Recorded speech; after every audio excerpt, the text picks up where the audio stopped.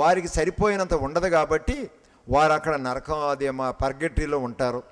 అక్కడ భయంకరమైనటువంటి శ్రమను అనుభవించాలి. నరకమే అది, అగ్ని ఉంటుంది, చాలా శ్రమలు అనుభవిస్తూ ఆహాకారాలు చేస్తూ ఉంటారు.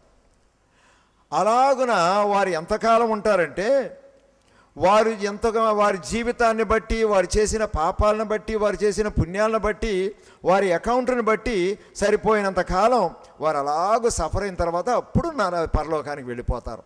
That was the purgatory. ఆ పర్గెటరీ అనేది పెద్ద సిద్ధాంతం అయిపోయిందన్నమాట. కనుక we pray for our souls, our departed ones. ఆ డిపార్టెడ్ వన్స్ కొరకు మనం ప్రార్థన చేసి వారి ఆత్మలు ఆ పర్గెటరీలో ఉండే పీరియడ్ కొంత తగ్గేటట్టుగాను, కొంత వారికి నెమ్మది కలిగేటట్టుగా, వారి ఆత్మలు శాంతించేటట్టుగా మనం ప్రార్థన చేద్దామని ప్రారంభమైంది ఆల్ సోల్స్ డే. ఈ మాట నేను ఇంకొకటి చెప్పడానికి కూడా ఇంకో కారణం ఏంటంటే, చాలామంది ఎవరైనా చనిపోయినప్పుడు చెప్పేటప్పుడు చివరిలో ఒక మాట అంటారు, వారి ఆత్మకు శాంతి కలుగునుగాక, వారి ఆత్మకు శాంతి కలుగునుగాక. చనిపోయిన వారి ఆత్మకు మనం విష్ చేస్తే శాంతి కలిగిద్దో, మనం ఇంకేదైనా చేస్తే శాంతి కలిగితే వారు ఈ లోకంలో ఎలాగైనా జీవించవచ్చు.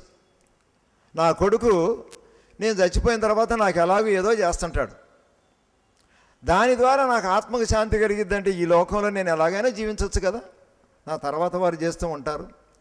అది కరెక్ట్ కాదు, ఆత్మకు శాంతి కలిగించేది కాదు. ఈ తలంపులు కొంతకాలం నుంచి డెవలప్ అయినాయి అన్నమాట క్రైస్తవ సంఘంలో. ముఖ్యంగా ఈ యొక్క డార్క్ పీరియడ్ అని ఉంది, సుమారు 900 సంవత్సరాల నుంచి, ఇంకా అంతకుముందు నుంచి కూడా ఉందనుకుంటాను, 630 అలా ప్రాంతం నుంచి క్రైస్తవ సంఘం ఎలాంటి మూఢనమ్మకాలతో మూఢాచారాలతో